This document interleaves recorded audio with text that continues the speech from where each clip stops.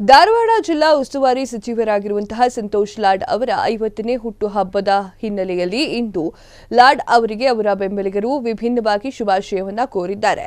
ಬಸವ ವಚನಗಳೊಂದಿಗೆ ಬೆಂಬಲಿಗರು ಹುಟ್ಟುಹಬ್ಬದ ಶುಭಾಶಯವನ್ನ ಕೋರಿದ್ದ ಅಧಿಕಾರಿಗಳು ಕೇಕ್ ಕಟ್ ಮಾಡಿಸಿ ಶುಭವನ್ನ ಹಾರೈಕೆ ಮಾಡಿದ್ದಾರೆ. ಸಂತೋಷ್ ಲಾಡ್ ಅವರಿಗೆ ಬಸವ ವಚನಗಳು ಕೇಳಿ ಹಣೆಗೆ ವಿಭೂತಿಯನ್ನ ಹಚ್ಚಿ ಶಾಲನ್ನ ಹೊರಿಸಿ ಸನ್ಮಾನ ಕೂಡ ಮಾಡಲಾಗಿತ್ತು. ಇದೇ ವೇಳೆ ಧಾರವಾಡ ಜಿಲ್ಲಾಧಿಕಾರಿ ದಿವ್ಯಪ್ರಭು ಅವರು ಸೇರಿ ಹಲವರು ಇಲಾಖೆಯ ಅಧಿಕಾರಿಗಳು ಲಾಡ್ ಅವರಿಗೆ ಹುಟ್ಟುಹಬ್ಬದ ಶುಭಾಶಯಗಳನ್ನು ಕೂಡ ತಿಳಿಸಿದ್ದಾರೆ.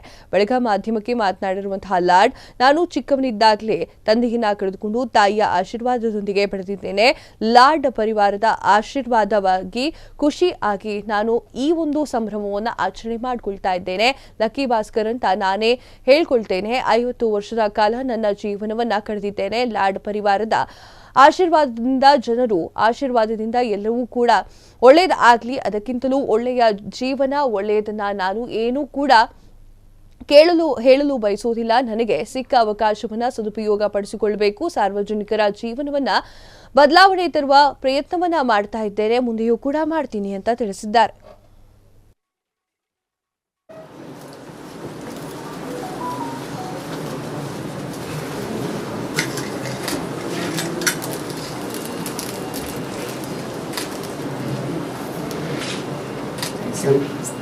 ಬಳಗ ನೀನು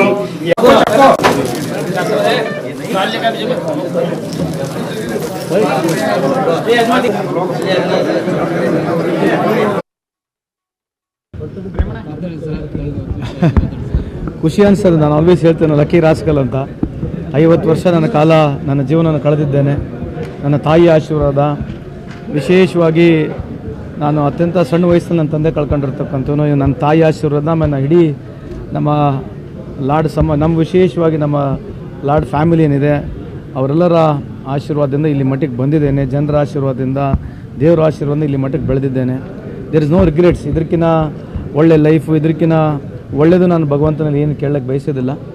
ಆದರೆ ನನಗೇನು ಅವಕಾಶ ಕೊಟ್ಟಿದ್ದೇನೆ ದೇವರು ಅದನ್ನು ಸದುಪಯೋಗ ಪಡಿಸ್ಕೋಬೇಕು. ಸಾರ್ವಜನಿಕ ಜೀವನದಲ್ಲಿ ಬಡವರಿಗೆ ಬದಲಾವಣೆ ತರತಕ್ಕಂಥ ಕೆಲಸವನ್ನು ಮಾಡ್ತೀನಿ, ಮುಂದೆನೂ ಮಾಡ್ತೀನಿ ಅಂತ ಈ ಸಂದರ್ಭಕ್ಕೆ ಹೇಳಕ್ಕೆ ಇಚ್ಛೆ ಬಯಸ್ತೀನಿ.